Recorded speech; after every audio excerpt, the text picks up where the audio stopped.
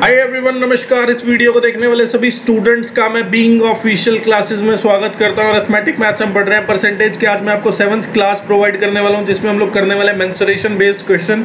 इससे पहले मैं आपको परसेंटेज की 6 क्लासेस प्रोवाइड कर चुका हूं। अभी आपको आई बटन पे परसेंटेज चैप्टर की प्लेलिस्ट मिल जाएगी। और ये जो कोर्स मैं आपके लिए लेकर आया हूँ, ये मेनली फोकस्ड है एसएससी बेस्ड एग्जाम, मतलब जो एग्जाम एसएससी कंडक्ट कराता है उन सभी एग्जाम्स की हम लोग 100% प्रिपरेशन करते चल रहे हैं। जैसे कि सीजीएल प्री और मेंस दोनों में मैथ्स आता है, CPO, CHSL, MTS, stenographer, constable, GD, Delhi police constable, इन सभी एग्जाम्स की हम लोग 100% प्रिपरेशन कर रहे हैं, जिसमें आपको सारा का सारा मैं प्रीवियस ईयर क्वेश्चन का कंटेंट कराता हूं। और आने वाले टाइम में जो इंपॉर्टेंट क्वेश्चन साबित हो सकते हैं वो सारे क्वेश्चंस मैं आपको यहाँ पर सॉल्व कराता हूँ। इसके अलावा जो मैं चैप्टर्स अभी तक करा चुका हूँ, जो मैं आपको प्रीवियस ईयर सेट्स करा चुका हूँ, वो आपको डिस्क्रिप्शन में उनकी प्लेलिस्ट का लिंक मिल जाएगा। मैं प्रतीक सेठी, मेरा सीजीएल प्री 2019 में 50 आउट ऑफ 50 स्कोर था। मैथ्स में और मेंस में मेरा 197.5 आउट ऑफ 200 स्कोर था। ये भी मैथ्स का स्कोर है। और इससे पहले कि आप ये वीडियो देखें, पहली 6 वीडियोस आप लोग कवर कर लें। जो भी नया एस्पिरेंट हो, चैनल को सब्सक्राइब कर देना, ताकि जो भी वीडियो मैं आपके लिए लेकर आऊँ वो आपसे कभी मिस ना हो। चैनल पर मैं आपको अरिथमेटिक मैथ्स, एडवांस मैथ्स और आगे आगे जो सेट्स होते जाएंगे, मतलब जो एग्जाम्स कंडक्ट होते जाएंगे, वो सभी एग्जाम्स के आपको क्वेश्चंस कराने वाला हूँ। जैसे मैं अभी तक 2018 के नहीं कराए, मैंने 2019 और 20 के सीपीओ, सीएचएसएल, सीजीएल के क्वेश्चंस करा चुका हूँ। एसएससी सीएचएसएल 2020 के क्वेश्चन नेक्स्ट वीक शुरू हो जाएंगे आपके, या फिर गौरतलब है कि वेडनेसडे को भी हम शुरू कर सकते हैं, मोस्ट प्रोबेबली चांस है।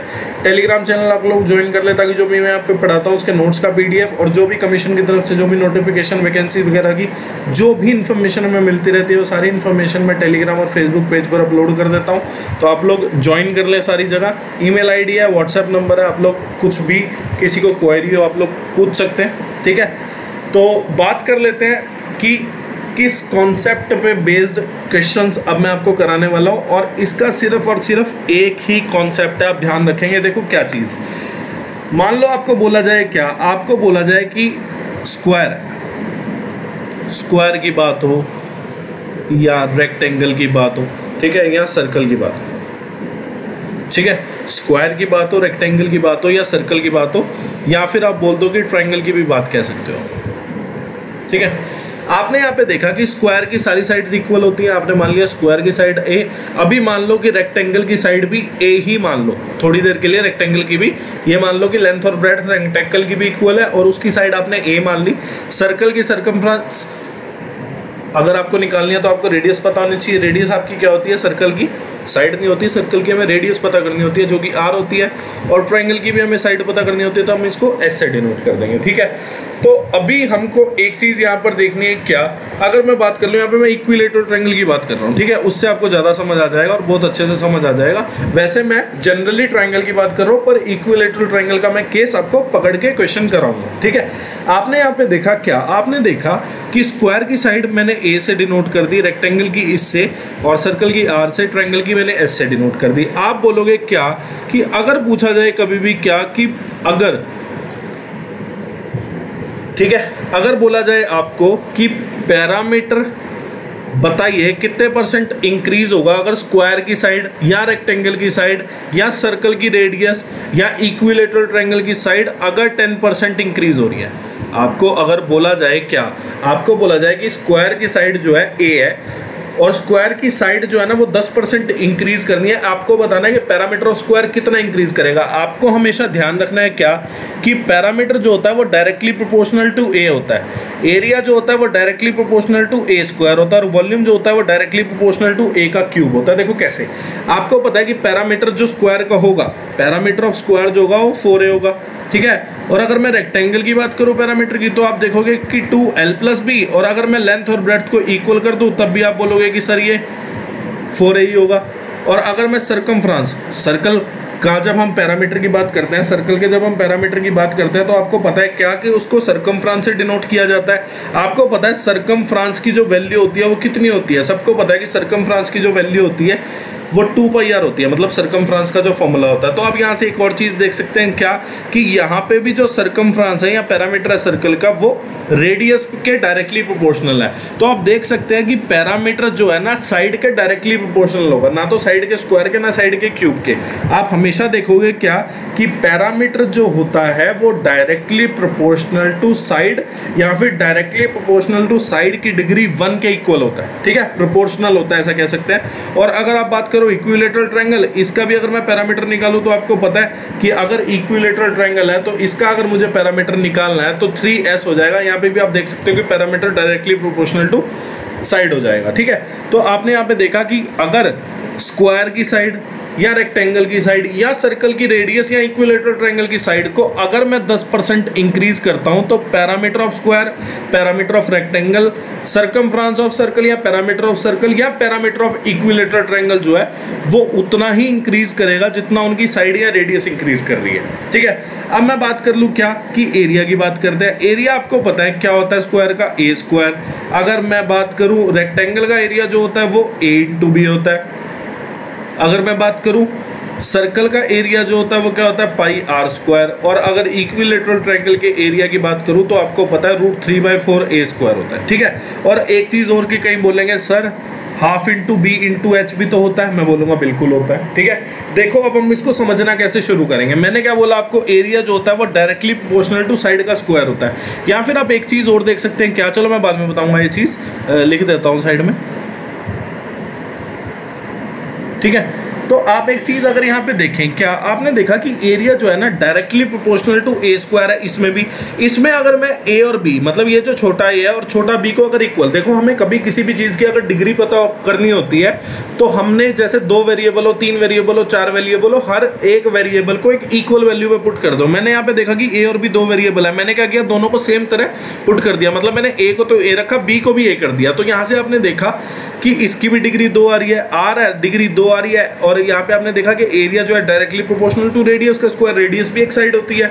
और यहाँ पे आप देख रहे हो कि एरिया जो है यहाँ पे भी डायरेक्टली प्रोपोर्शनल टू a का स्क्वायर है। और अगर किसी को बोलना है कि sir half into b into H का डिग्री बताएं, मैं बोलूँगा कि b को भी आप a रख दो, मतलब b को भी आप साइड मान लो, h को भी आप साइड मान लो, तो आपने देखा हाफ a स्क्वायर हो जाएगा, हाफ a स्क्वायर हो जाएगा। तो यहाँ भी आप देख सकते हैं कि एरिया जो है डायरेक्टली प्रोपोर्शनल टू a का स्क्वायर होगा, ठीक है। और वॉल्यूम की बात करेंगे, volume directly proportional to a का क्यूब हो जाएगा। यहाँ पे आप देखो कि आप इससे भी ये चीज़ देख सकते थे कि पैरामीटर की जो यूनिट होती है वो सेंटीमीटर होती है। तो आप यहाँ से देख सकते हो कि सेंटीमीटर का जो डिग्री है वो 1 है, एरिया की जो यूनिट होती है सेंटीमीटर स्क्वायर, डिग्री हो गई 2, वॉल्यूम का जो यूनिट होता है वो सेंटीमीटर क्यूब होता है। तो आप समझ गए कि डिग्री 3। अब आप देखो कि पैरामीटर तो एक ही बार इंक्रीज हुआ, एरिया जो है वो डायरेक्टली प्रोपोर्शनल टू a का स्क्वायर है। मतलब अगर साइड 10% इंक्रीज हुई तो एरिया जो है 10% 2 बार इंक्रीज होगा, क्योंकि एरिया जो है directly proportional to a square है। इसको बोल देंगे a इंटू a, मतलब a में भी इंक्रीमेंट होएगा, इस वाले a में भी और इस वाले a में भी। तो आप बोलोगे कि a में इंक्रीमेंट, इस वाले a में भी इंक्रीमेंट, तो आप बोलोगे एरिया में 2 बार इंक्रीमेंट हो रहा है a इंटू a करके, ठीक है। तो यहाँ पे आप देख सकते हो एक चीज़, अब कोई बोलेगा सर अगर बीच में प्लस आ जाता तो, भाई पैरामीटर की बात कर लेते हैं। जैसे ये वाला पैरामीटर है तो यहाँ पे भी देखो 2 वेरिएबल है, पर आप यहाँ पे एक चीज़ नोटिस करें क्या कि वेरिएबल जो है वो चाहे 2 हो पर डिग्री जो है 1 बन रही है। डिग्री कैसे पता कर लेंगे आप लोग डिग्री ऐसा पता कर लेंगे कि आपने लेंथ और ब्रेड्थ को इक्वल वैल्यू पुट कर दिया। आपने मान लिया लेंथ भी a ब्रेड्थ भी a, तो आपने यहाँ पे जाके देखा कि ये 4a बन रहा है, ना कि a स्क्वायर बन रहा है कहीं से, ठीक है। तो जब भी प्लस का साइन हो बीच में, जब भी प्लस का साइन हो या माइनस का साइन हो तो एक ही बार इंक्रीमेंट होगा। अगर मल्टीप्लाई का साइड है 2 साइड के बीच में, मतलब अगर मल्टीप्लाई का साइन है 2 साइड के बीच में, जैसे बेस इंटू हाइट है, तो यहाँ पे तो आप देखोगे कि डिग्री 2 बन जाएगी। पर अगर 2 साइड के बीच में, जैसे कि लेंथ प्लस ब्रेड्थ पैरामीटर में आपने देखा कि प्लस या माइनस का साइन भी होता है यहाँ पे, तो आप देखोगे कि इसमें एक ही बार इंक्रीमेंट होगा। अगर मैं एल और बी एक ही वैल्यू रख दूंगा इनकी, ठीक है। और आप देखोगे क्या कि अगर मैं आपको बोलूँ कि अब बात कर लेते हैं क्यूबॉइड, और एरिया जो है ना वो जनरल है यहाँ पे, मतलब यही होगा सरफेस एरिया की बात, यही होगा टोटल सरफेस एरिया की बात, और यही होगा कर्ड सरफेस एरिया की बात, ठीक है। क्यूबॉइड, स्फीयर, सिलेंडर, और कौन रख लो, ठीक है, बात एक ही है, ठीक है। तो आपने देखा कि क्यूब का जो सरफेस एरिया होता है, कर्ड सरफेस एरिया की बात करूँ 4a² होता है, टोटल सरफेस एरिया की बात करूँ 6a² होता है, और वॉल्यूम की बात करूँ तो a³ होता है।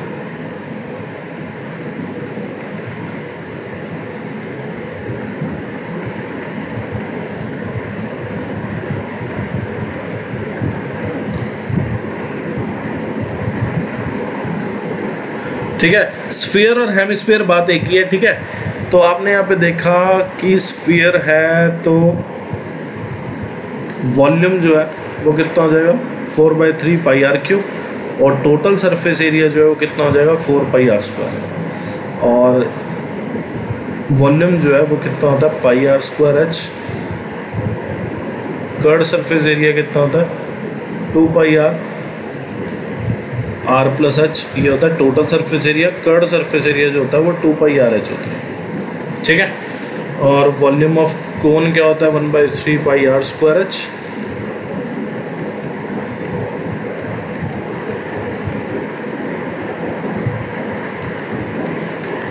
अब यहां से आप लोग देखना शुरू कर दें। क्या आपने देखा क्यूब की बात करूं अगर मैं, आपने देखा कि अगर मैं क्यूब की बात कर रहा हूं तो कर्ड सरफेस एरिया या total surface area directly proportional है a² के, वॉल्यूम जो है डायरेक्टली प्रोपोर्शनल है a³ के। आपकी बात यहाँ पे सेटिस्फाई हो गई जो मैंने बोला, ठीक है।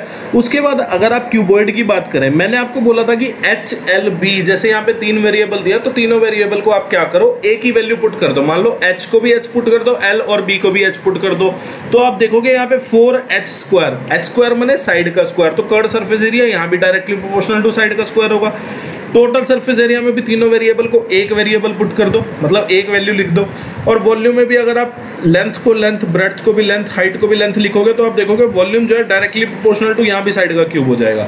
सेम आप देख सकते हो कि स्फीयर में रेडियस की बात होती है तो वॉल्यूम जो है डायरेक्टली प्रोपोर्शनल टू रेडियस का क्यूब है, total surface area directly proportional to क्या, रेडियस का स्क्वायर, मतलब साइड का स्क्वायर। सेम इस केस में अगर आप r और h दोनों को इक्वल पुट कर दो, मान लो r ही पुट कर दिया, तो आप देखोगे वॉल्यूम जो है डायरेक्टली प्रोपोर्शनल टू r³ हो गया। और टोटल सरफेस एरिया और कर्ड सरफेस एरिया अगर आप h को भी r पुट कर रहे हो तो दोनों जगह आप सॉल्व करके देख लेना, साइड का स्क्वायर हो जाएगा। सेम कोन के केस में हो जाएगा। मतलब बात सिर्फ इतनी सी है कि हमको सिर्फ ये चीज़ समझनी है कि अगर किसी भी फिगर की साइड, चाहे वो 2D फिगर हो, 2D फिगर कौन सी है, ये ऊपर वाली, चाहे वो 3D फिगर हो, 3D फिगर कौन सी है, नीचे वाली, किसी भी फिगर का अगर कोई साइड इंक्रीज होती है तो पैरामीटर जो है उतना ही इंक्रीज होगा। एरिया जो है 2 बार इंक्रीज होगा जितना साइड इंक्रीज हुई, वॉल्यूम जो है 3 बार। अगर मैं बात करूं कि क्यूब की जो साइड है, मैं बोलता हूं 10% इंक्रीज कर गई क्यूब की साइड, मैं क्या बोल रहा हूं 10% इंक्रीज कर गई क्यूब की साइड, तो आप बोलोगे कि सर कर्ड सरफेस एरिया की बात कर लो या टोटल सरफेस एरिया की, तो साइड अगर एक बार इंक्रीज हुई है तो total surface area, curd surface area 2 बार इंक्रीज होगा और वॉल्यूम जो है वो 3 बार इंक्रीज हो जाएगा। सर मैंने कहा बात बिल्कुल ठीक है। अब आपको पता है कि एक वैल्यू, कोई भी एक वैल्यू है, मान लो हमने क्या देखा, हमने माना कि साइड जो है वो 10% इंक्रीज कर गई, तो एरिया कितना इंक्रीज करेगा, आपको पता है कि सर 10% 2 बार करेगा। अब आपने देखा 2 बार इंक्रीमेंट हो जाए किसी वैल्यू में तो हम कैसे डिनोट करते हैं, x + y + xy/100। हमें अगर सक्सेसिव चेंज निकालना हो या नेट चेंज निकालना हो या नेट इंक्रीज डिक्रीज निकालना हो, अब इसी फॉर्मूला से हम 3 फॉर्मूला और बना सकते हैं। कैसे, आप देखोगे कि क्या, आप देखोगे कि अगर किसी उसमें मान लो ये वाला क्वेश्चन होता कि आपको बोल देता एक ट्रायंगल है जिसका बेस जो है वो 10% इंक्रीज हो गया, हाइट जो है वो 10% डिक्रीज हो गई, ठीक है। अब आपने देखा कि बेस अलग होता है, हाइट अलग होती है, मतलब अगर आप साइड ऑफ स्क्वायर की बात करोगे तो आप देखोगे कि साइड ऑफ स्क्वायर जितना इंक्रीज होगा उतना ही पैरामीटर, एरिया भी दोनों बार इंक्रीज ही होगा। अगर साइड डिक्रीज होगी तब एरिया दोनों बार डिक्रीज हो जाएगा, क्योंकि एरिया जो है डायरेक्टली प्रोपोर्शनल टू साइड के है अगर हम स्क्वायर की बात करें।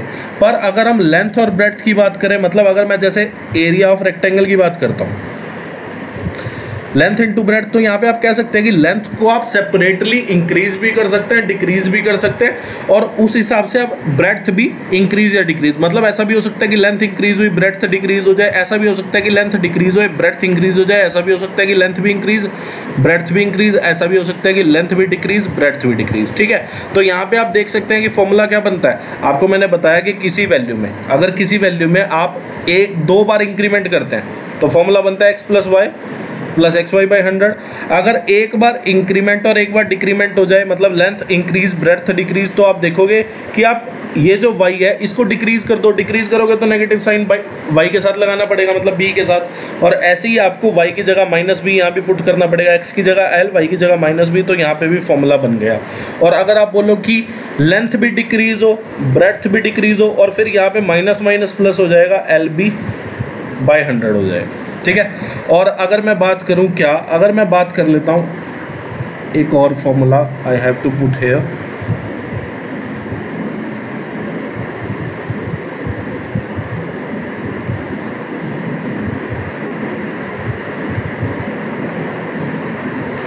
देखिए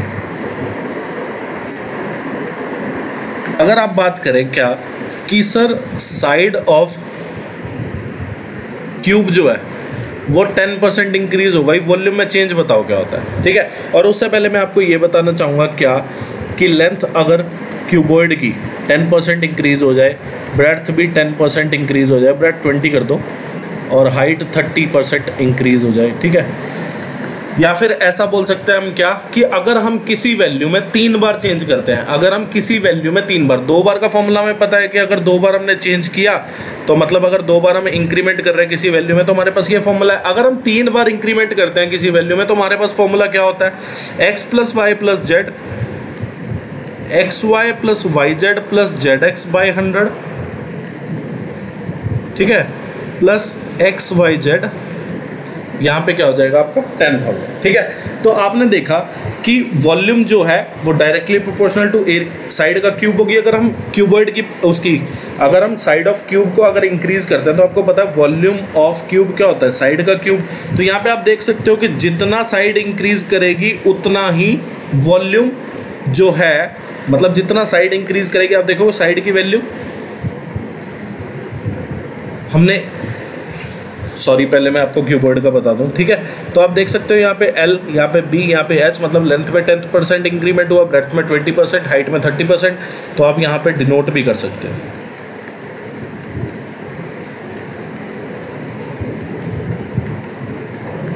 ठीक है, मतलब अगर लेंथ जो है 10% इंक्रीज कर रही है, ब्रेथ 20% और हाइट 30%, तो आप यहाँ पे एक चीज़ देख सकते हैं क्या कि आपको बोला जाए वॉल्यूम में कितना इंक्रीमेंट होगा, तो आप फॉर्मूला से भी लगा सकते हैं। और अगर ऐसी चीज़ होती है यहाँ पे क्या, अगर हो जाता कि यार लेंथ भी इंक्रीज कर रही है, ब्रेथ भी इंक्रीज कर रही है, पर हाइट डिक्रीज कर रही है, फिर आप क्या करेंगे, हाइट को जो है माइनस कर देंगे, क्योंकि प्लस जो है आप इंक्रीज को लेते चल रहे हैं, तो हाइट जो है डिक्रीज है तो डिक्रीज माइनस हो जाएगा। और यहाँ पे भी आप देखोगे कि हाइट अगर माइनस है तो यहाँ पे भी माइनस का साइन आ जाएगा। ठीक है, और आप देख सकते हैं क्या कि अगर साइड ऑफ क्यूब, तो आपको पता है वॉल्यूम ऑफ क्यूब जो होता है directly proportional to a cube, तो साइड में जितना इंक्रीमेंट होगा तो आप देखो एक्स वाई जेड तीनों जो है ए के इक्वल हो जाएंगे, क्योंकि फॉर्मूला क्या होता है ए क्यूब। ठीक है, तो आप देखो ए स्क्वायर प्लस ए स्क्वायर प्लस ए स्क्वायर कितना हो जाएगा, 3a square by 100 plus A cube by 10,000। मतलब ये फॉर्मूलाज आप एग्जाम में बैठ के बना सकते हो। ठीक है, तो आज की क्लास का पहला क्वेश्चन आपके सामने ये रहा। क्वेश्चन में बोला in the expression a b square, ठीक है, value of both the variables a and b are decrease by 20%। देखो ये चीज़ जो है ना मैं आपको पहले भी करा चुका हूँ, मैंने आपको फोर्थ जो क्लास थी उसके थर्ड क्वेश्चन में, फोर्थ क्लास के थर्ड क्वेश्चन में इन जैसे क्वेश्चंस को, मतलब जिसमें एक वैल्यू इंक्रीज करी फिर डिक्रीज किया फिर इंक्रीज किया, जो भी था वो सारा कुछ, उसको मैं 3-4 मेथड से बता चुका हूँ, दोबारा आपको एक बारी और बता देता हूँ। ठीक है, आपने यहाँ पे देखा कि जो एक्सप्रेशन है ए बी स्क्वायर, मैंने मान लिया कि एक्सप्रेशन की जो वैल्यू है ए बी स्क्वायर। ठीक है, तो अब यहाँ पे देखोगे कि सर ए इंटू बी लिखा है, मतलब अगर मैं दोनों वेरिएबल्स ए और बी में डिक्रीमेंट करता हूं तो डिक्रीमेंट जो है ना 3 बार डिक्रीमेंट होगा, एक बार तो ए में और 2 बार बी में होगा। तो आप यहां से बोल सकते हैं क्या कि ए अगर 20% डिक्रीज कर रहा है, बी 20% डिक्रीज कर रहा है, तो बी जो है 20% 2 बार डिक्रीज कर रहा है। मतलब अब आपको इसको सॉल्व करना पड़ेगा। ठीक है, देखो या तो एक तरीका यह है कि आप पहले दोनों को सॉल्व कर लो, एक तरीका तो यह है कि आप फॉर्मूला लगा लो। फॉर्मूला लगाओगे आपका क्या होगा, आपको तीनों चीज़ें नेगेटिव करनी पड़ेंगी। ठीक है, फॉर्मूला लगाने से बेटर है कि पहले आप 2 को सॉल्व करो। आपको पता है कि 2 बार डिक्रीमेंट हुआ है, तो 2 बार अगर किसी वैल्यू में डिक्रीमेंट हो, x% y% डिक्रीमेंट हो, तो फॉर्मूला क्या होता है -x - y + xy/100। तो आपने देखा -20 - 20 × 20/100। ठीक है, तो यहाँ पे प्लस आ जाएगा, -40 + 4, तो आपने देखा -36%। मतलब इन दोनों को सॉल्व करके तो 36% का डिक्रीमेंट आया। अब ये जो आया है ना, आपको इसके साथ ये सॉल्व करना है। मतलब पहले दोनों को सॉल्व करके एक वैल्यू निकाल लो, फिर जो वैल्यू है उसको तीसरे के साथ सॉल्व कर दो। तो आपने देखा -36 - 20, डिक्रीमेंट है -36 - 20 + 36 × 20/100। तो आपने देखा -56 + 7.2, इसकी वैल्यू जो है आपकी 48.8% के इक्वल हो जाएगी। ठीक है, एक तरीका ये हो गया। अब दूसरा तरीका ये है कि आप लोग इसको रेशियो से सॉल्व कर सकते हैं। कैसे, आपने देखा ए में जो है 20% डिक्रीमेंट आया, 20% की वैल्यू मैंने 1/5, मतलब 5 ए की वैल्यू थी, 1 का मतलब आपको पता है कि डिनोमिनेटर में जो बात होती है उसमें से डिक्रीज होता है। तो इनिशियल जो वैल्यू होती है वो डिनोमिनेटर होता है, डिनोमिनेटर क्या है 5, उसमें से जो न्यूमरेटर में है वो डिक्रीज हो गया। तो आपको पता है कि डिक्रीमेंट हो रहा है तो न्यूमरेटर में उसी की बात होगी जिसकी बात हो रही है। बात किसकी हो रही है, डिक्रीमेंट की। तो 5 में से 1 डिक्रीमेंट हो गया, तो रह कितना गया 4। आपने देखा ए के साथ तो ये कंडीशन हुई कि 5 से 4 रह गया, सेम बी के साथ हुई, पर बी के साथ कितनी बार हुई, 2 बार हुई। तो आपने देखा कि एक्स की जो वैल्यू है हमने AB² मानी थी, तो हमें a × b करना पड़ेगा। तीनों को आपस में मल्टीप्लाई कर दो, 5 का क्यूब कितना हो गया 125, 4 का क्यूब कितना हो गया 64। तो अब आप यहां से अगर देखोगे क्वेश्चन को सॉल्व करना, आपने देखा कि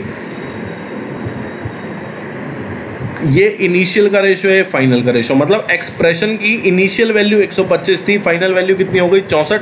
आपको पूछा गया है कि डिक्रीज कितना हुआ, आपने देखा 125 से 64 रह गया, तो डिक्रीज कितना हुआ 61। 125 से 64 रह गया, डिक्रीज कितना हुआ 61। 125/100%, तो ये गया 4 पे और ये गया 5 पे, और ये 244/5 आया, तो ये 48.8% हो जाएगा। एक तरीका ये हो गया।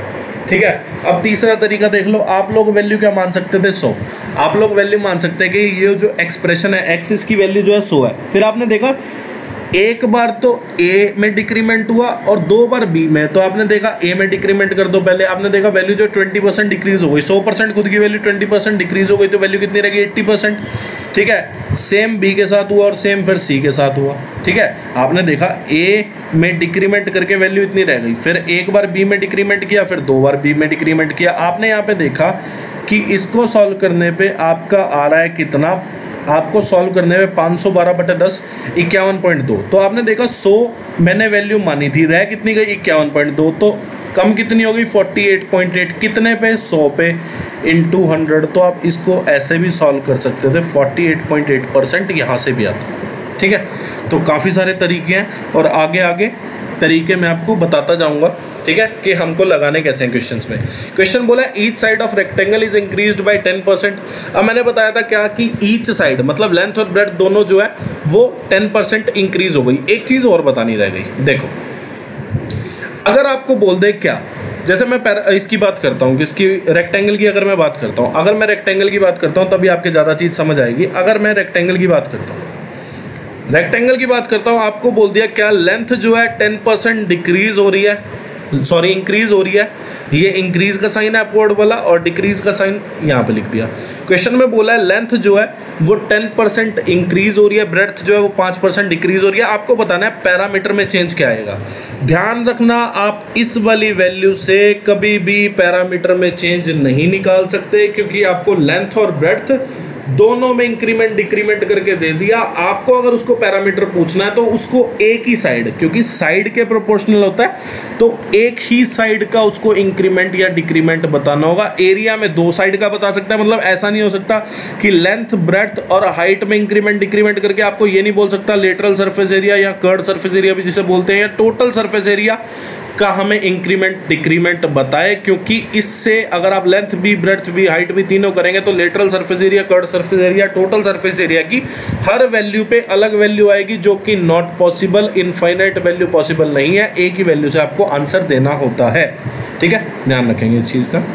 ठीक है, तो आपको बोला है each side of a rectangle, मतलब लेंथ भी 10% इंक्रीज, ब्रेड्थ भी 10%, एरिया दिया है आपको, एरिया दिया है और आपको बोला है साइड जो है 10% इंक्रीज। अगर एरिया आपको निकालना है कि कितने परसेंट इंक्रीज कर रहा है, तो आपको पता है 10% आपको 2 बार इंक्रीज कराना पड़ेगा। क्यों? क्योंकि एरिया जो है डायरेक्टली प्रोपोर्शनल टू साइड का स्क्वायर होता है।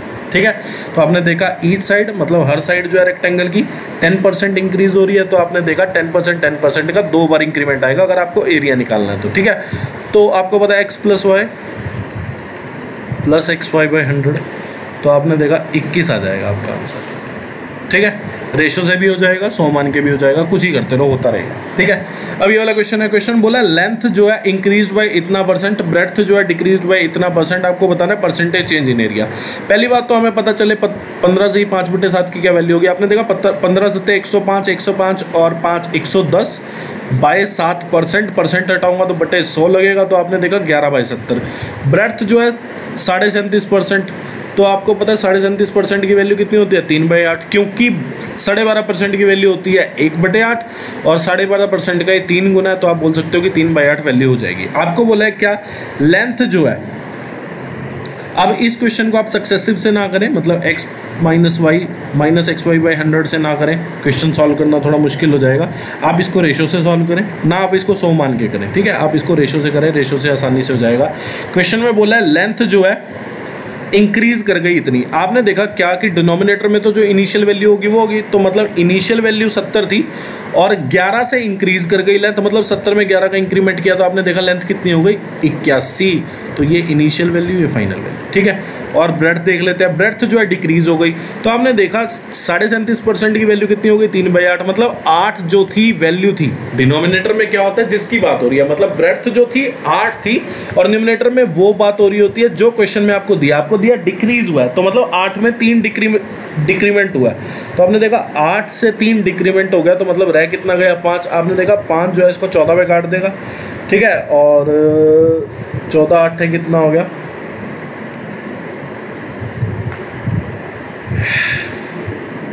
112। ठीक है, और यहाँ पे कितना हो गया आपके पास 81। ठीक है, तो पहली बात तो ये चीज़ के इनिशियल वैल्यू जो है, एरिया क्या होता है लेंथ इंटू ब्रेड्थ। ठीक है, तो मैंने क्या किया यहाँ पे मल्टीप्लिकेशन कर दिया। ये चीज़ तो सबको समझ आ रही होगी ना। ठीक है, यहाँ पे भी मैंने क्या किया था, यहाँ पे मल्टीप्लिकेशन किया था 5 × 5 × 5 4 × 4 × 4। ठीक है, तो यहाँ पे भी मैं मल्टीप्लिकेशन कर रहा हूँ, मैं लिख देता हूँ अच्छे से। ठीक है,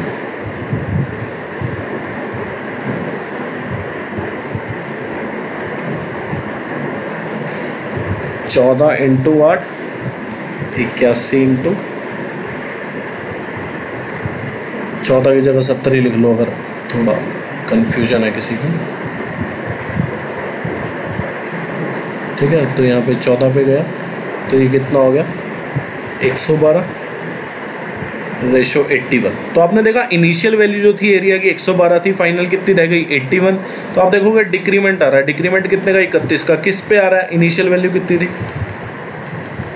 तो आपने देखा पहली बात तो ये दोनों ऑप्शन गलत हो जाएंगे, क्योंकि डिक्रीज हो रही है वैल्यू, और ये जो वैल्यू आई है 27.67% के आसपास, मतलब ये आंसर हो जाएगा। अब ये वाला क्वेश्चन है, क्वेश्चन बोला है one side of square is increased by 10% and other side जो है डिक्रीज बाय 10%। अब ऐसे क्वेश्चन में किसी को घबराना नहीं है कि सर ये तो साइड इक्वल होती हैं सारी स्क्वायर की, और एक साइड इंक्रीज कर दी दूसरी साइड डिक्रीज कर दी, तो भाई वो उस स्क्वायर को चेंज करके रेक्टेंगल बना रहा है। आपको पता है क्या कि स्क्वायर की चारों साइड्स इक्वल होती हैं, आपको पता है स्क्वायर की चारों साइड इक्वल होती हैं। अब एक साइड में तो क्या कर रहा है इंक्रीमेंट, दूसरी क्या कर रहा है घटा दे रहा है, तो आप समझ रहे हो कि उसको रेक्टेंगल में चेंज कर रहा है, तो उसमें कोई दिक्कत आपको समझ नहीं आनी चाहिए। आपको सिर्फ इतनी बात पल्ले पड़नी चाहिए एग्जाम में क्या कि एरिया आपको गिवन है, 2 बार इंक्रीमेंट आपको गिवन है, आपका काम खत्म। ठीक है, पैरामीटर आपको गिवन हो, आपको एक साइड में इंक्रीमेंट गिवन होना चाहिए, और एक साइड में अगर इंक्रीमेंट गिवन है आपको एरिया भी निकाल सकते हो आप, और उसके बाद अगर आपको 3 साइड में इंक्रीमेंट डिक्रीमेंट है और एक साइड में भी हो चाहे तब भी आप वॉल्यूम में निकाल सकते हो। ठीक है ना, जैसे अगर आपको दिया जाए कि साइड ऑफ क्यूब इतना इंक्रीज करें तो वॉल्यूम जो है directly proportional to a cube, तो साइड जो है 3 बार इंक्रीज कर जाएगी अगर आपको वॉल्यूम में इंक्रीज करानी है तो। ठीक है, तो 20% का इंक्रीमेंट, 10% का डिक्रीमेंट। ठीक है, अगर किसी वैल्यू में x% इंक्रीज हो जाए, y% डिक्रीज, तो फॉर्मूला क्या बनता है? ठीक है, और या फिर ऐसा भी देख सकते हैं क्या कि अगर मैं जनरली बोल दूँ x% इंक्रीज कर रहा है, y% इंक्रीज कर रहा है, तो x + y + xy/100। अब जो डिक्रीज करेगा, x करे -x लगा दो, यहाँ पे भी माइनस आ जाएगा, y करे -y लगा दो, यहाँ भी -y आ जाएगा अगर y डिक्रीज करे तो। और अगर दोनों डिक्रीज कर रहे हैं तो x में भी y, अगर दोनों डिक्रीज कर रहे हैं तो x में भी माइनस, y में भी माइनस, और माइनस माइनस यहाँ प्लस हो जाएगा। ठीक है, तो ये फॉर्मूला बनाने के तरीके भी हैं। 8% आ रहा है प्लस में आ रहा है तो आप बोल सकते हो कि इंक्रीज है। ठीक है, अब डायगोनल ऑफ स्क्वायर जो है डिक्रीज कर रहा है 25%, आपको एरिया बताना है। आपको पता है एरिया की जो फॉर्मूला होता है डायगोनल के लिए, तो वो क्या होता है, मतलब अगर आपको डायगोनल ऑफ स्क्वायर दिया तो एरिया ऑफ स्क्वायर निकालने का क्या फॉर्मूला होता है, d²/2। तो आपने देखा कि एरिया जो है डायरेक्टली प्रोपोर्शनल टू डायगोनल का स्क्वायर है, मतलब अगर डायगोनल में एक बार डिक्रीमेंट हो रहा है तो एरिया में जो है 25% का 2 बार डिक्रीमेंट होगा। ठीक है, अब 2 बार डिक्रीमेंट होगा तो आपको मैंने बताया था क्या, -x - y + xy/100। अगर कोई वैल्यू x% डिक्रीज कर रही, y% डिक्रीज कर रही, तो फॉर्मूला क्या होता है? ठीक है, तो ये -50 आ गया प्लस 6.25 आ गया, ये कितना आ जाएगा, -43.75%। तो माइनस को आप देख सकते हैं कि माइनस से मतलब डिक्रीज, तो आप देख सकते हैं कि क्वेश्चन में डिक्रीज गिवन है, तो 43.75% इज योर करेक्ट आंसर। अब ये वाला क्वेश्चन है, क्वेश्चन में बोला है what is the percentage decrease in the area of triangle if each side is halved. आपको पता है एरिया जो होता है डायरेक्टली प्रोपोर्शनल टू साइड का स्क्वायर होता है, साइड जो हो रही है हाफ हो जा रही है, मतलब अगर साइड मैं इनिशियली मानूँ 2 है तो फाइनली वो कितनी हो जा रही है, 1 हो जा रही है। या फिर कोई बोले सर अगर मैं इनिशियली 1 मानूँ तो भाई आधी हो जाएगी, और फ्रैक्शन हटाने के लिए आप 2 से मल्टीप्लाई करोगे तब भी आपका 2:1 आएगा। और यहाँ फिर आप ऐसा देख सकते हैं कि साइड में जो है वो डिक्रीमेंट हो रहा है, कितने का, 50% का डिक्रीमेंट हो रहा है। तो अगर आपको निकालना है, मतलब अगर एक साइड 100 से 50 रह गई, आपने देखा 100 जो साइड थी वो 50 रह गई, हाफ रह गई, मतलब हर साइड जो है हाफ करनी है आपको। तो आपने मान लिया कि पहले जो इनिशियली था वो 100 था और फाइनली कितनी हो गई, 50। तो आपने देखा 50% का डिक्रीमेंट। अब 50 - 50 आपको 2 बार लगाना पड़ेगा क्योंकि एरिया में पूछा है कितना डिक्रीज आएगा। तो आपने देखा माइनस लो प्लस 25, तो आप देखोगे -75, मतलब 75% डिक्रीज हो जाएगा। या फिर रेशो आपने देखा साइड 2:1 हो गई, तो एरिया जो है वो क्या होता है, साइड का स्क्वायर। तो आपने देखा एरिया का जो रेशो है वो कितना हो जाएगा, 2 का स्क्वायर और 1 का स्क्वायर, 4:1। तो आपने देखा एरिया इनिशियली 4 था, फाइनली 1 हो गया, तो कितने का डिक्रीमेंट आया, 3 का। किस पे, 4 पे। ठीक है, तो 75% यहाँ से भी आया। ठीक है, और आप एक चीज़ और देख सकते हैं, क्या क्या आपने देखा इनिशियली जो साइड थी आपने मान ली 100। ठीक है, चलो छोड़ो, ज़्यादा गहराइयों में नहीं जाना, इतने कॉन्सेप्ट आपको तंग कर देंगे। अब ये वाला क्वेश्चन है, ठीक है, आपको दिया है क्या, हाइट इंक्रीज कर गई, बेस भी इंक्रीज कर गया, आपको बताना है area of triangle. Area of triangle क्या होता है, half into base into height. ठीक है, तो मतलब बेस में अगर इंक्रीमेंट है ट्रायंगल के और हाइट में भी अगर इंक्रीमेंट है तो आप बोलोगे कि एरिया जो होता है बेस इंटू हाइट। तो आपने देखा हाइट 57 सही 1/7, 57 सही 1/7% कितना होता है, सबको पता ही होता है, 4/7। कई बार कर चुके हैं, कैसे, 57 × 7 कितना होगा, 399 हो जाएगा, +1 400, 400/7%, तो 400/700, तो ये कितना होगा, 4/7। और इसको अगर मैं देखूँ तो ये लिखा है 3, अगर मैं कॉमन ले लूँ तो आप देखोगे 9.09% ब्रैकेट में लिखा है, इसकी वैल्यू होती है 1/11, तो 3/11। ठीक है, तो हाइट जो है वो इंक्रीज़ कर गई कितनी, 4/7, मतलब इनिशियल हाइट जो थी 7 थी जिसमें कि 4 का इंक्रीमेंट हो गया, तो हाइट कितनी हो गई, 11। और बेस बेस जो था इनिशियली 11 था, 3 उसमें इंक्रीज कर गया तो कितना हो गया बेस 14। तो आपने देखा कि अगर आपको एरिया निकालना है, एरिया क्या होगा, directly proportional to base into height, तो बेस इनटू हाइट कर दो आप। तो आपने देखा 11 से 11 गया, 7 से 14 1:2। तो आपने देखा इनिशियली जो एरिया था वो 1 था, बाद में हो गया 2, तो कितने का इंक्रीमेंट आया, 1 का। किस पे, 1 पे इंटू 100%। ठीक है। क्वेश्चन बोला if the radius of the circle, if the radius of circle is increased by x%, circumference जो है मैंने आपको बताया था क्या कि रेडियस जितना परसेंट इंक्रीज करेगा, सर्कमफ्रेंस जो होता है डायरेक्टली प्रोपोर्शनल टू रेडियस होता है, तो सर्कमफ्रेंस भी उतना ही परसेंट इंक्रीज करेगा। एरिया जो है 2 बार इंक्रीज कर जाएगा x%। तो आपने देखा सर्कमफ्रेंस जो है वो 20% इंक्रीज कर रहा है, और सर्कमफ्रेंस जो है डायरेक्टली प्रोपोर्शनल टू रेडियस होता है, तो आप बोलोगे रेडियस भी जो है 20% इंक्रीज करेगी। ठीक है। अब ये वाला क्वेश्चन बोला क्या, रेडियस जो है 10% इंक्रीज कर रही है। एरिया जो होता है क्या होता है, डायरेक्टली प्रोपोर्शनल टू आर का स्क्वायर, मतलब रेडियस जो है 2 बार इंक्रीज कर रही है 10%। तो 10 + 10 + 10 × 10/100, तो यहाँ पे कितना आ जाएगा आपका 21 आ जाएगा, मतलब 21% जो है आपका एरिया इंक्रीज कर गया। ठीक है। या फिर अगर कोई बोले सर रेशो से करके दिखा दो, तो हमने देखा 10% की वैल्यू कितनी होती है, 1/10, मतलब रेडियस पहले थी 10, 1 इंक्रीज हो गई तो कितनी हो गई 11।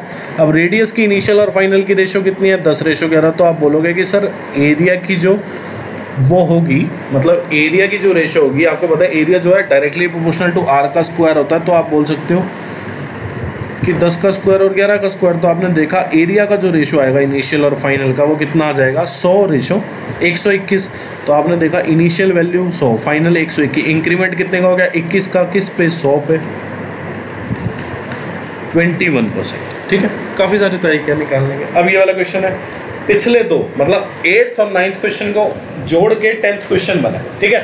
8th और 9th क्वेश्चन को जोड़ के 10th क्वेश्चन बना है, तो ये क्वेश्चन आप लोग खुद से करना। ठीक है। बहुत आसान है। आपने देखा सर्कमफ्रेंस जो है 15% इंक्रीज करा, तो circumference directly proportional to radius, तो रेडियस भी 15% इंक्रीज कर जाएगा। अगर रेडियस 15% इंक्रीज कर रहा है तो एरिया कितना, 15 15 2 बार, तो 15 + 15 × 15/100। तो आपने देखा 15 + 15 कितना होगा, 300, 15 + 15 कितना होगा, 30, और 15 × 15 कितना होगा, 225 / 100 2.25, तो 32.25 is the correct answer. Question बोला percentage increase in the surface area of a cube, अगर हर साइड जो है डबल हो जाए। डबल हो जाए मैंने कि आपने देखा साइड का रेशियो कितना हो जाएगा, आपने देखा इनिशियली अगर साइड 1 है तो फाइनली कितनी हो जाएगी 2। आपने देखा कि हर साइड को आपको डबल करना है, तो आपने देखा साइड जो है वो 1:2 हो जाएगी, मतलब इनिशियल साइड 1, फाइनल कितनी 2। आपको बोला है सरफेस एरिया, सरफेस एरिया जो होता है वो डायरेक्टली प्रोपोर्शनल टू साइड का स्क्वायर होता है। तो आपने देखा कि साइड का स्क्वायर कर दो इनिशियल और फाइनल, तो आपने देखा सरफेस एरिया का जो रेशो होगा इनिशियल और फाइनल वो कितना हो जाएगा, 1:4।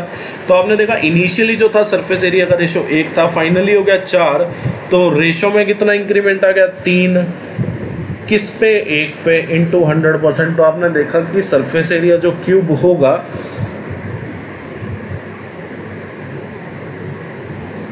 सरफेस एरिया जो क्यूब का होगा वो 300% इंक्रीज कर जाएगा अगर साइड को डबल किया जाता है तो। अब ये वाला क्वेश्चन है, क्वेश्चन बोला है each side of cube is decreased bye 10%। ठीक है। तो आपको पता है एक चीज़ और क्या कि क्यूब और क्यूबॉइड सिमिलर होते हैं। ठीक है। क्यूब और क्यूबॉइड सिमिलर होते हैं। फ़र्क क्या है, क्यूबॉइड में होती है लेंथ भी, ब्रेड्थ भी, हाइट भी। इसमें लेंथ भी ए होगी, ब्रेड्थ भी ए होगी, हाइट भी ए होगी। मतलब लेंथ, ब्रेड्थ, हाइट जब इक्वल हो जाए तब तो क्यूब हो जाता है।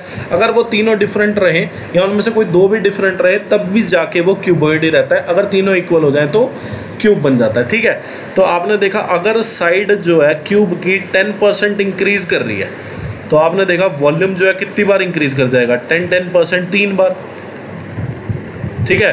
तो मैंने आपको फॉर्मूला पहले ही बता दिया था, क्या, x + y + z। ठीक है।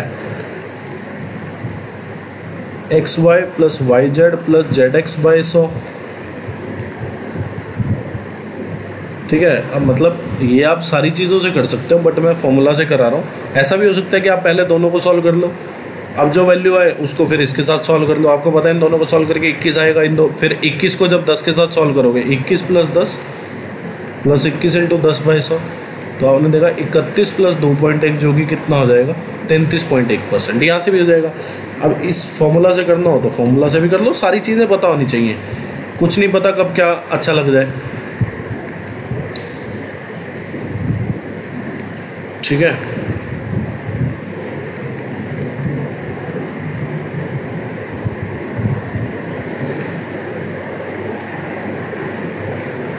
तो इसको सॉल्व करके पॉइंट 1 आएगा लास्ट को 30, और ये 300 है तो 3 + 0.1, तो यहाँ से भी 33.1% आ जाएगा।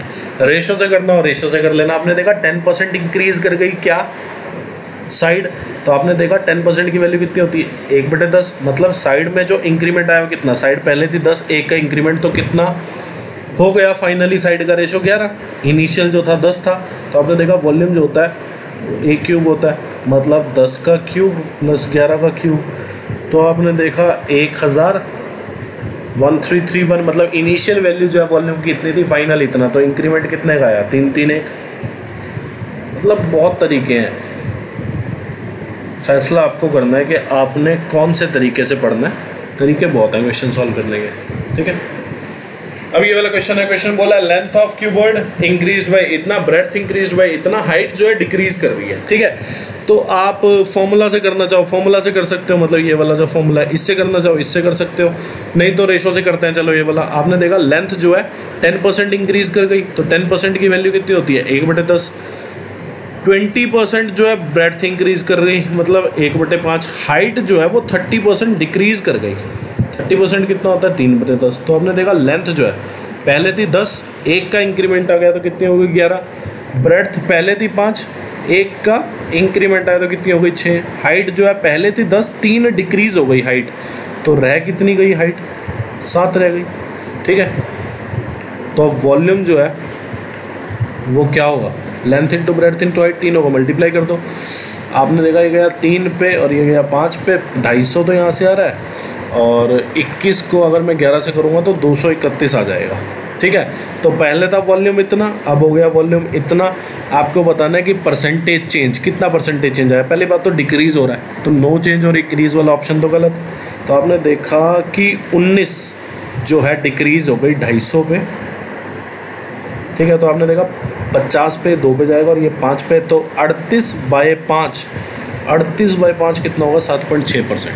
ठीक है, 7.6% होगा। ठीक है, या फिर ऐसा भी कर सकते हैं कि 10% हाइट इंक्रीज हो गई, ब्रेड्थ जो है 20% इंक्रीज हो गई, लेंथ जो है 10% इंक्रीज हो गई, ब्रेड्थ जो है 20% इंक्रीज हो गई, हाइट जो है 30% डिक्रीज हो गई। तो आप ऐसा भी कर सकते हैं कि पहले इन दोनों को सॉल्व करें। आपने देखा दोनों इंक्रीज है, तो 10 + 20, 10 × 20/100, तो आपने देखा 32%। अब 32% को डिक्रीज के साथ सॉल्व करते हैं। ये 32% इंक्रीज हुआ है, 30% डिक्रीज, तो आपने देखा 32 - 30 - 32 × 30/100, तो आपने देखा यहाँ से आ गया 2 माइनस ये कितना है 9.6, 2 - 9.6 कितना हो जाएगा -7.6, मतलब 7.6% डिक्रीमेंट। ठीक है, अब ये वाला क्वेश्चन है।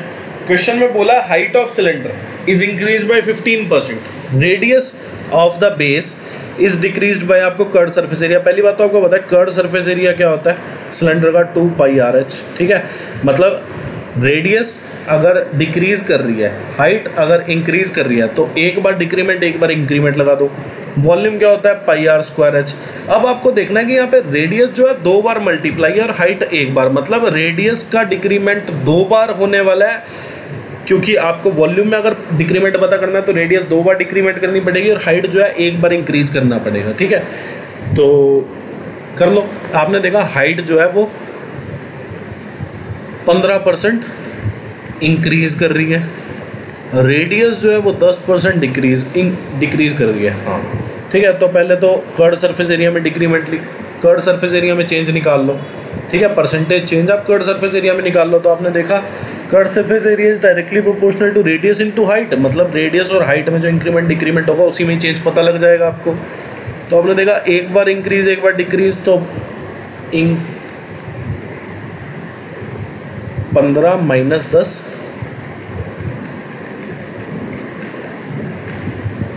तो ये आपने देखा कि 15 माइनस 11.5, तो ये कितना हो जाएगा 3.5%, और ये प्लस में है तो इंक्रीज, मतलब 3.5% डिक्रीज वाले ऑप्शन ही गलत। ठीक है, फिर आपने देखा कि ये जो आया ये सॉल्व करके आया एक रेडियस और एक हाइट को। ठीक है, 3.5% इंक्रीमेंट। अब इसके साथ एक और रेडियस को सॉल्व कर दो, रेडियस जो है 10% डिक्रीज हो रही है, तो इन दोनों को सॉल्व किया, -10 प्लस 3.5 माइनस 10 इंटू 3.5 बाई 100, तो आपने देखा कि -10.35 प्लस 3.5, तो ये जो होगा -6.85%, माइनस से क्या शोर है डिक्रीज हो रहा है, तो 6.85% डिक्रीज, मतलब पहला ऑप्शन सही है। अब ये वाला क्वेश्चन है, radius of sphere is increased by 120%, तो आपको बताना है by what percent will its volume increase.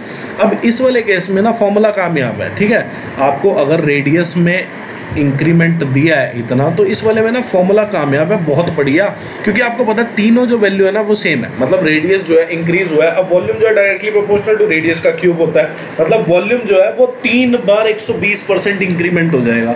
तो जब तीनों बार सेम वैल्यू है तो आप फॉर्मूला लगा सकते हैं। ठीक है, x plus y plus z. ठीक है,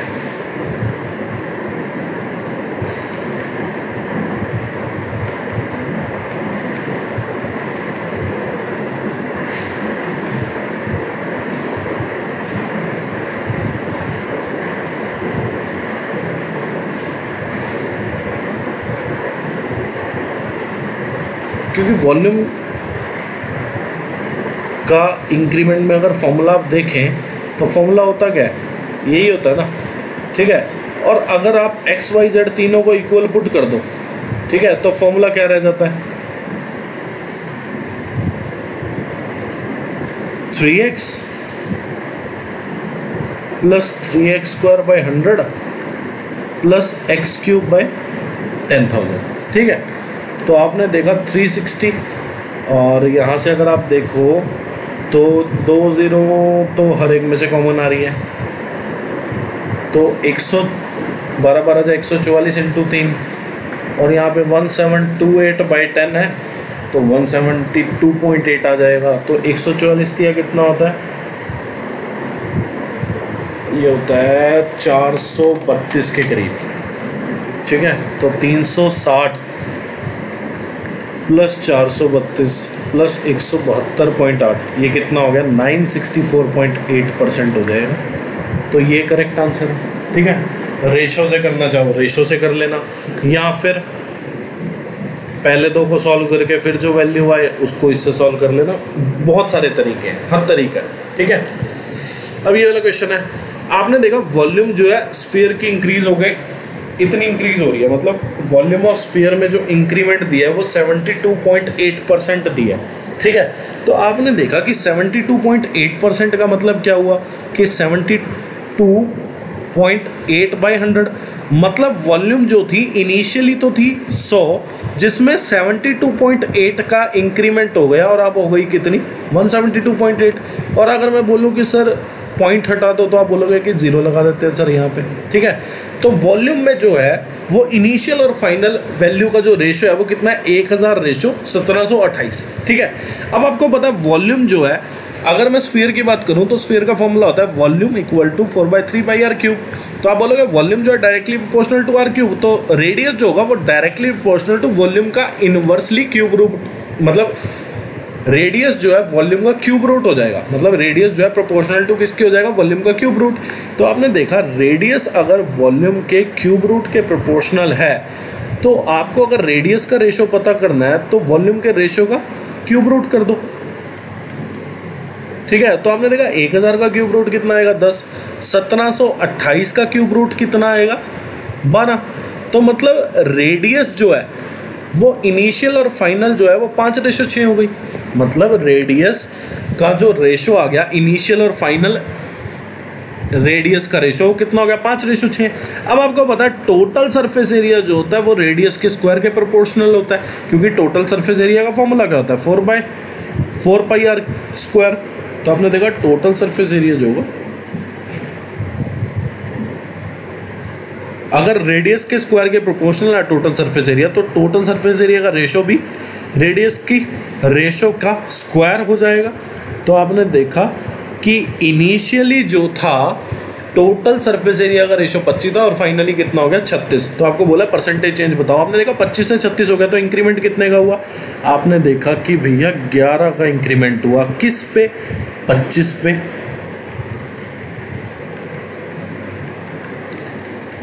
ठीक है, तो बहुत अच्छा, बहुत मज़ेदार, और मतलब ऐसे क्वेश्चन बहुत अच्छे लगते हैं, मतलब पूछे जाने चाहिए। और एक चीज़ और बता दूं कि ये सारे क्वेश्चन ना कहीं पूछे गए हैं। ठीक है, वो मैं लिखना भूल गया पहले।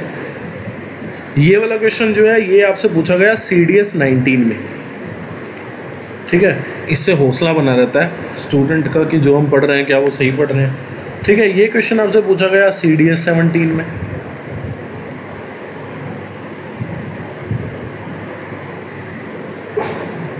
ठीक है, तो उम्मीद करता हूँ ये क्वेश्चन आपके समझ आ गया होगा। अब ये वाला क्वेश्चन है, क्वेश्चन बोला volume of cylinder increases by 87%। मतलब वॉल्यूम अगर इनिशियली कितना था 100, तो फाइनली कितना हो गया 187। और हाइट जो है रिड्यूस्ड बाय 35 सही 5/17। पहले बात तो इसको सॉल्व कर लेते हैं। तो आपने देखा कि 35 सही 5/17 को क्या लिख सकते हैं हम लोग?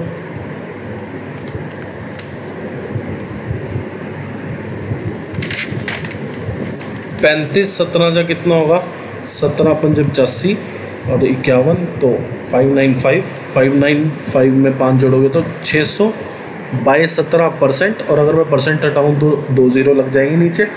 तो हाइट जो है वो 6/17 रिड्यूस हो गई। मतलब पहले थी हाइट 17, फिर रिड्यूस हो गई, कितनी हो गई 6 रिड्यूस हो गई, कितनी रह गई 11। मतलब 17 हाइट थी, 6 उसमें रिडक्शन हो गया, तो हाइट कितनी रह गई 11। अब आप एक चीज़ देखेंगे, क्या आपको बताना है कि percentage change in curd surface area. उससे पहले आपको रेडियस का रेशो बताना पड़ेगा, क्योंकि कर्ड सरफेस एरिया का फॉर्मूला ही होता है 2πRh। तो रेडियस के बिना तो बात बनने नहीं वाली। और वॉल्यूम जो होता है वो क्या होता है πr²h। मतलब रेडियस का जो स्क्वायर होगा वो वॉल्यूम बाय हाइट के प्रोपोर्शनल होगा। तो आप बोल सकते हो कि रेडियस जो है प्रोपोर्शनल हो जाएगी वॉल्यूम बाय हाइट के स्क्वायर रूट के। मतलब रेडियस जो है डायरेक्टली प्रोपोर्शनल हो जाएगी वॉल्यूम बाय हाइट के स्क्वायर रूट के। तो आपने देखा कि h अगर ये लिखा है तो 1/h के लिखा जाएगा, 1/h इसका उल्टा लिखा जाएगा। अगर h का रेशो है 17:11, तो 1/h का रेशो क्या हो जाएगा 11:17। तो आपने देखा रेडियस जो है वो v/h के,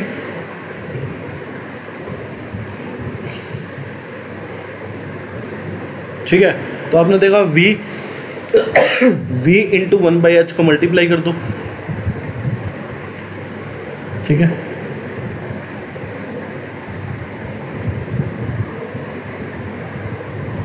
पहले v/h ही मल्टीप्लाई कर लो आप,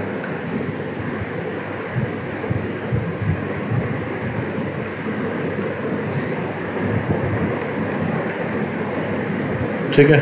तो आपने देखा ये लिखा है क्या, ये लिखा है 100 लिखा है, मतलब 10 का स्क्वायर, और ये लिखा है 17 का स्क्वायर। तो रेडियस जो होगी वो क्या हो जाएगी वॉल्यूम बाय हाइट के क्यूब रूट के इक्वल। तो रेडियस का जो रेशो हो गया वो कितना हो गया 2/2 हो जाएगा, कट गया 2 से 2, 10:17। मतलब रेडियस जो है इनिशियल और फाइनल रेडियस का जो रेशो है वो कितना हो जाएगा 10:17। अब आपको बोला है कर्ड सरफेस एरिया का परसेंटेज चेंज बताएं, ठीक है। तो आपने देखा हाइट जो है वो 17:11 हो गई थी, रेडियस जो है वो कितनी हो रही है 10:17, और curved surface area is directly proportional to radius into height, ठीक है। तो आपने देखा कर्ड सरफेस एरिया में आपको रेडियस और हाइट को मल्टीप्लाई करना पड़ेगा। तो इन दोनों को मल्टीप्लाई करोगे तो आप देखा इनिशियल और फाइनल का जो रेशो आएगा कर्ड सरफेस एरिया का 10:11 आ गया। मतलब 10 अगर इनिशियली था कर्ड सरफेस एरिया तो फाइनली कितना हो गया 11। तो आपने देखा कितने का इंक्रीमेंट, 1 का, कितने पे 10 पे। तो आपने देखा 10% का इंक्रीमेंट आ गया। अभी वाला क्वेश्चन है, क्वेश्चन बोला radius of cylinder is decrease by 20%। अब 20% की वैल्यू कितनी हो गई सबको पता है, 1/5। मतलब रेडियस जो है इनिशियली थी 5, जिसमें से 1 डिक्रीज हो गया, तो रेडियस कितनी रह गई, 4 रह गई। आपको बोला है वॉल्यूम जो है सेम रहना चाहिए। आपको क्या बोला है, आपको बोला है वॉल्यूम जो है सेम रहना चाहिए, पर आपको बताना है हाइट में क्या चेंज आएगा। आपने एक चीज़ देखी क्या, आपने देखा कि वॉल्यूम जो है वो क्या होगा, πr² h सिलेंडर का, ठीक है। तो आपने देखा कि हाइट जो है वो v/r² हो जाएगी, जबकि v जो है कांस्टेंट है, तो हाइट जो है वो इन्वर्सली प्रोपोर्शनल टू रेडियस का स्क्वायर हो जाएगी। तो आपने देखा r की वैल्यू अगर ये है तो रेडियस का स्क्वायर जो होगा वो कितना हो जाएगा, 25/16, ठीक है। और हाइट जो है वो कितनी हो जाएगी, हाइट जो है वो क्या हो जाएगी, 16/25, ठीक है। ये कंसेप्ट हम एक्सपेंडिचर और कंजप्शन के क्वेश्चंस में भी कर चुके हैं अगर आपको ध्यान हो। तो आपने देखा हाइट जो है इनिशियली इतनी थी, अब इतनी हो गई फाइनली। तो आपको बताना है कितना इंक्रीमेंट आया। आपने देखा 16 से 25 हो गई, तो कितना इंक्रीज कर गई, 9 किस पे, 16 पे, तो 900/16%। तो इसको सॉल्व करके जो वैल्यू आएगी वो आएगी कि 16×5 = 56.25% आ जाएगा, ठीक है। एक तरीका तो ये है, एक और तरीका बताता हूँ चलो आपको। देखो आपने देखा कि 20% रेडियस इंक्रीज हो गई, डिक्रीज हो गई, सॉरी 20% रेडियस डिक्रीज हो गई, और रेडियस का है स्क्वायर, तो आपने देखा 2 बार डिक्रीमेंट होगा पहली बात तो रेडियस का, ठीक है। मतलब रेडियस अगर डिक्रीज कर रही है 20%, तो वॉल्यूम में 2 बार डिक्रीज करेगा 20%,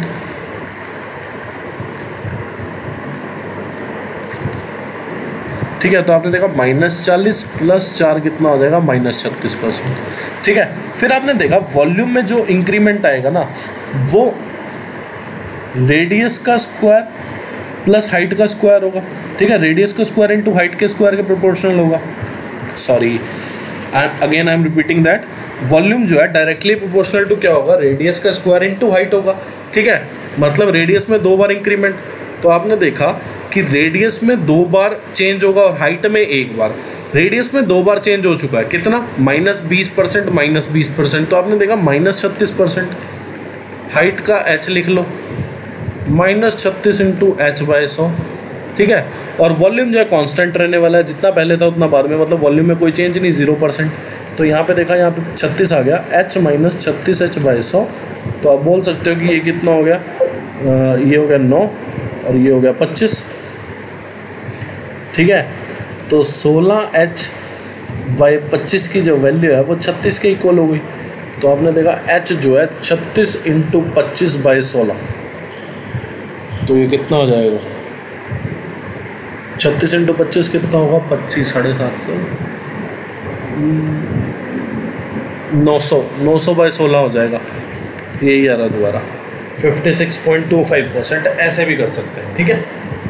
मतलब सक्सेसिव चेंज लगा के भी हम इस क्वेश्चन को सॉल्व कर सकते हैं, कोई दिक्कत वाली बात नहीं है। ज़रूरी नहीं है कि आपको हर क्वेश्चन रेशो से ही बनाना पड़ेगा, काफ़ी सारे तरीके हैं जिनसे आप लोग क्वेश्चन सॉल्व कर सकते हैं, पर रेशो इसमें बेस्ट रहेगा आपके लिए, ठीक है। और ये क्वेश्चन पूछा भी जा चुका है, ये क्वेश्चन CGL 17 में पूछा गया था, ठीक है जी। ये क्वेश्चन आपसे CGL 17 में पूछा गया था।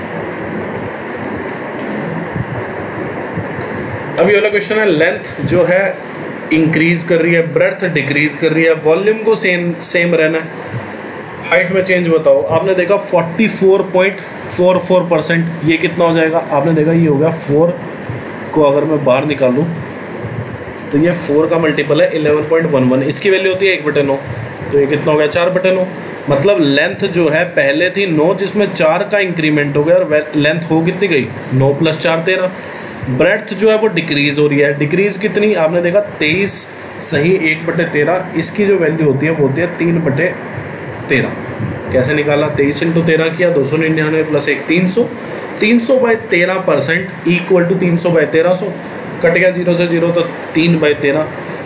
तो ब्रेड्थ जो है डिक्रीज हो रही है, मतलब पहले थी 13, जिसमें से 3 निकाल दीजिए तो रह कितना गया 10।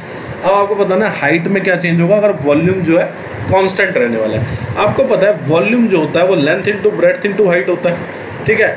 हाइट जो होगा वो क्या होगा, volume upon length into breadth. तो आपने देखा वॉल्यूम अगर कांस्टेंट रहने वाला है तो हाइट जो है डायरेक्टली प्रोपोर्शनल टू होगी, सॉरी हाइट जो है डायरेक्टली प्रोपोर्शनल टू होगी 1 बाय लेंथ इंटू ब्रेड्थ या inversely proportional to length into breadth. आपने पहले लेंथ इंटू ब्रेड्थ ही निकाल लिया, ठीक है। तो आपने देखा ये 9:10 हो गया।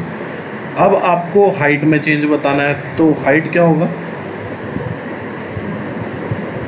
1 बाय L इंटू बी। तो आपने देखा कि L इंटू बी अगर 9:10 है तो 1 बाय L इंटू बी कितना हो जाएगा 10:9।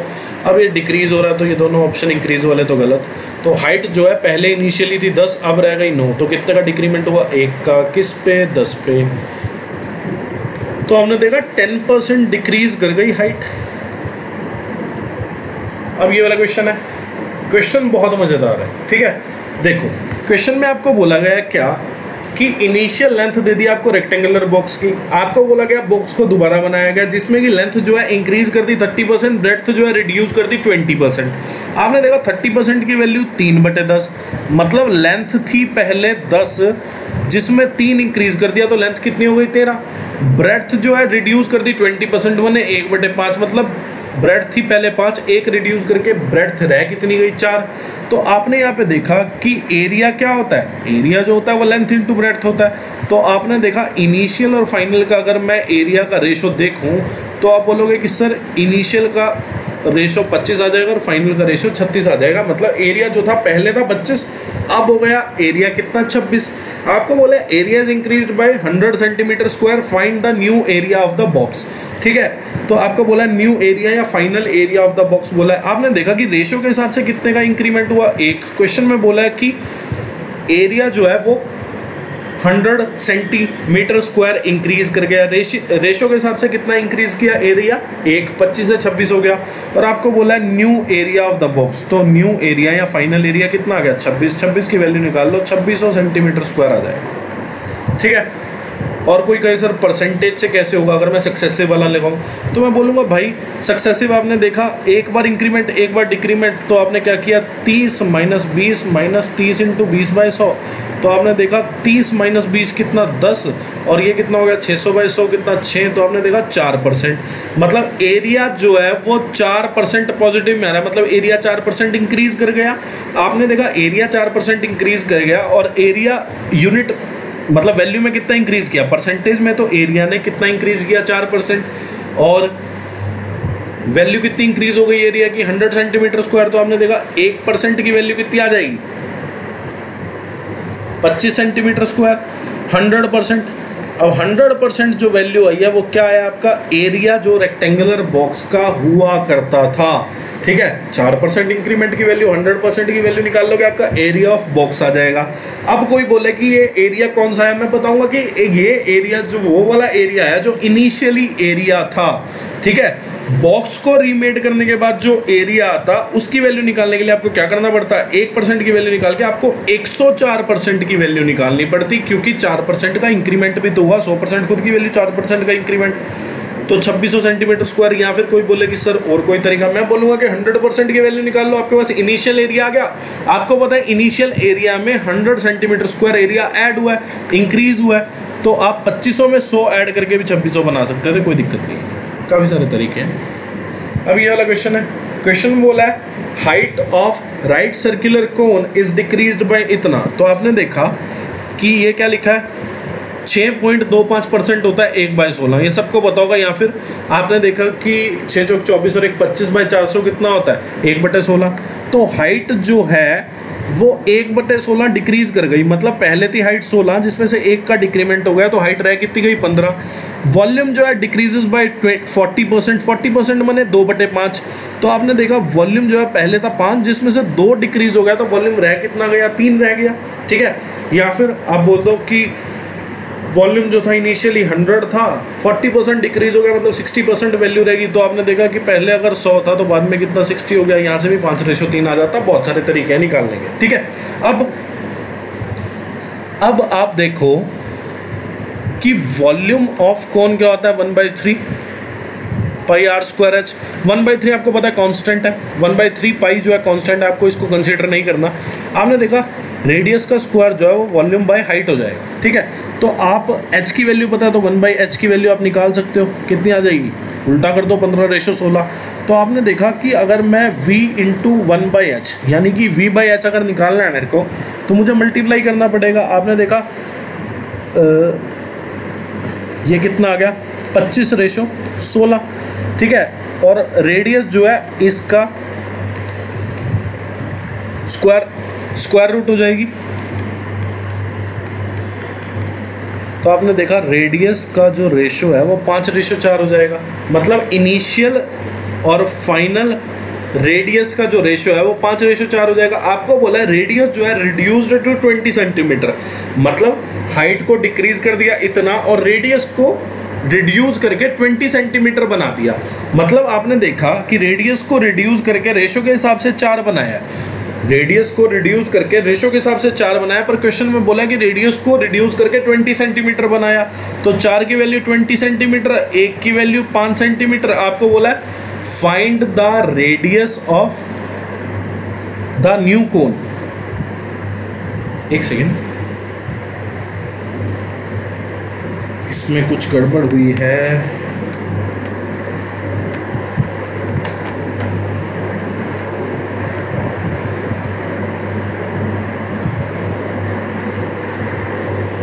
Wait, let me check this question.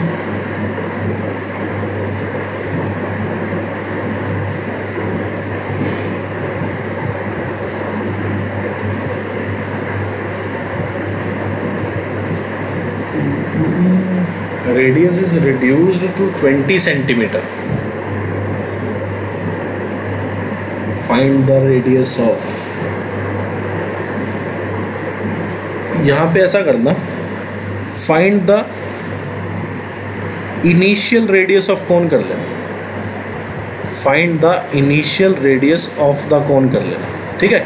क्योंकि न्यू कोन की रेडियस तो आप बता ही नहीं सकते ना, क्योंकि क्वेश्चन में किया मैंने कि रेडियस को रिड्यूस करके 20 सेंटीमीटर कर दिया, मतलब जो नया कोन बना उसमें रेडियस जो है वो 20 सेंटीमीटर है, क्योंकि उसको रिड्यूस किया जा चुका है 20 सेंटीमीटर तक, ठीक है। तो उसको 20 सेंटीमीटर तो पहले ही बना चुके हैं। आपको इनिशियल रेडियस बतानी है, ठीक है।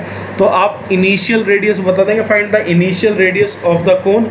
और तो शंकु की प्रारंभिक लिख लेना यहाँ पे, प्रारंभिक त्रिज्या बताएं, ठीक है।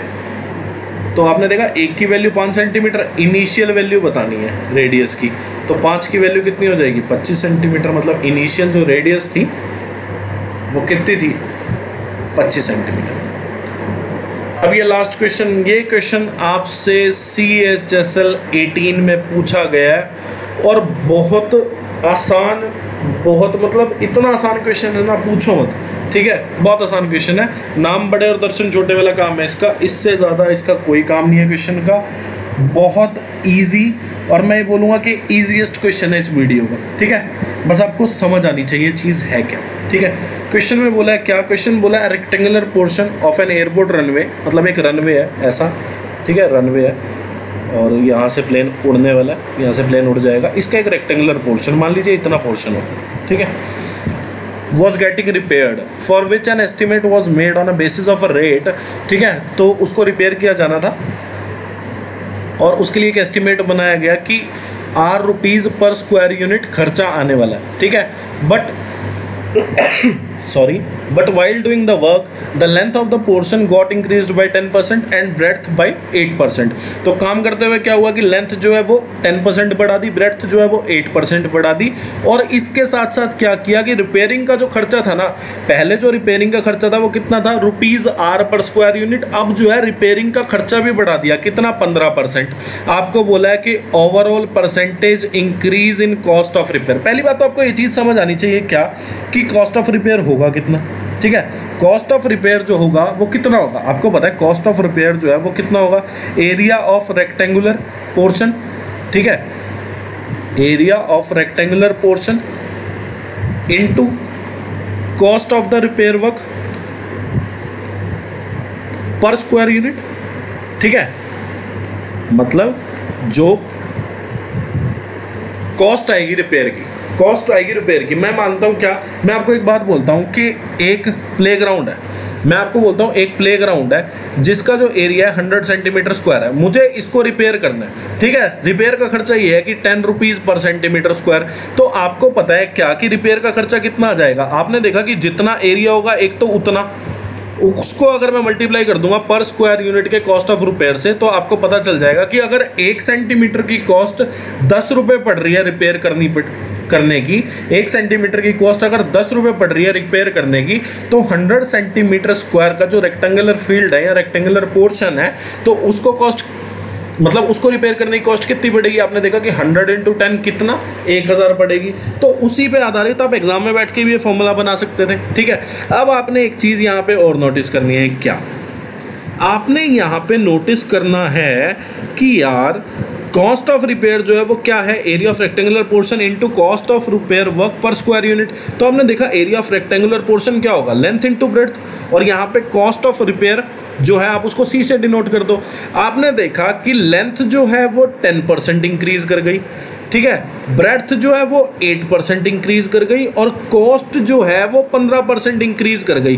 तो आपने कॉस्ट ऑफ रिपेयर में इंक्रीमेंट बताना है, तो आपने देखा कि इसमें लेंथ, ब्रेड्थ और कॉस्ट जो है वो मल्टीप्लिकेशन में है। मतलब कॉस्ट ऑफ रिपेयर जो है एक बार 10% इंक्रीमेंट, फिर उसमें 8% इंक्रीमेंट, फिर 15%, मतलब तीनों का आपको सक्सेसिव चेंज निकालना है। या तो वो फॉर्मूला से निकाल लो 3 वाले से, या पहले 2 को सॉल्व करके तीसरे से सॉल्व कर लो, बात सिर्फ इतनी सी है, या रेशो से सॉल्व करना रेशो से सॉल्व कर लो। आपने देखा कि 10% की वैल्यू कितनी, 1/10, मतलब 10 इनिशियल थी लेंथ, 1 बढ़ा दी तो लेंथ हो कितनी गई 11, ब्रेड्थ 8% की वैल्यू कितनी हो जाएगी। आपने देखा 8/100 तो ये हो जाएगा 2/25, मतलब इनिशियल लेंथ थी 25 जिसमें 2 बढ़ाई थी तो कितनी हो गई 27, और कॉस्ट जो है वो कितनी 15%। 15% की वैल्यू कितनी हो जाएगी, आपको पता है 15% की वैल्यू जो है वो कितनी हो जाएगी 3/20। तो आपने देखा पहले जो थी कॉस्ट वो 20 थी, 3 कॉस्ट इंक्रीज हो गई, तो कॉस्ट पड़ी कितनी 23 पड़ी, ठीक है। तो आप इसको सॉल्व कर लें। या तो अब इसको सॉल्व करते हुए लग रहा है कि ये थोड़ा लेंथी हो जाएगा, ठीक है, हो तो जाएगा इससे पर लेंथी भी हो जाएगा। तो आप क्या करें, सक्सेसिव चेंज से ही निकाल लें। आपने देखा कि लेंथ और ब्रेड्थ, लेंथ में अगर 10% इंक्रीमेंट, ब्रेड्थ में अगर 8%, तो एरिया में यानी कि इतने पोर्शन में कितना इंक्रीमेंट आ जाएगा। आपने देखा 10 + 8 + 10 × 8/100, तो आपने देखा कि ये कितना आ गया सॉल्व करके, 10 + 8 18, 80/100 0.8 आ जाएगा, तो 18.8%। अब 18.8% को कॉस्ट के साथ सॉल्व कर लो, तो आपने देखा 15 और 18.8 × 15/100, तो आपने देखा 18 × 15 कितना 33.8%, तो यहीं से हो गया। और उसके बाद अगर 18.8 को मैं 15 से मल्टीप्लाई करूँ तो पहली बात तो 270 होगा, 18 × 15 270, और 282 के आसपास, तो 2.82 लिख लो यहाँ, ठीक है। तो आपने देखा 36.62%, ठीक है, तो 36.62% मैंने ये आंसर हो जाएगा, ठीक है। तो मेंसुरेशन बेस्ड जितने क्वेश्चन आपको करा दिए, इससे बार ना तो आपसे सीडीएस में क्वेश्चन पूछा, ना एसएससी से, मतलब इससे बार ना तो सीडीएस में आपसे क्वेश्चन पूछा जाएगा, ना एसएससी के किसी भी पेपर में इससे बार क्वेश्चन पूछा जाएगा। कंसेप्ट यही लगने हैं सारे। और ये वीडियो अगर किसी ने 2 से 3 बार कर दी, वो जिंदगी में कभी मेंसुरेशन का क्वेश्चन गलत करेगा ही नहीं, मुझसे तो होता नहीं, ठीक है। तो आप भी नहीं करने वाले, टेंशन मत लेना, एक बार पी जाना बस इस वीडियो को, ठीक है। वीडियो अच्छी लगी हो वीडियो को लाइक कर देना, चैनल को सब्सक्राइब कर देना, शेयर कर देना, फ्रेंड रिलेटिव नोन जो भी तैयारी कर रहा हो फॉलो कर लेना, और कमेंट कर देना अपने प्रीशियस रिव्यूज़ और जो भी HW में आपको क्वेश्चंस दिए हैं, ठीक है। Thanks for watching this video. आप लोग खुश रहें, तैयारी करते रहें। Thank you.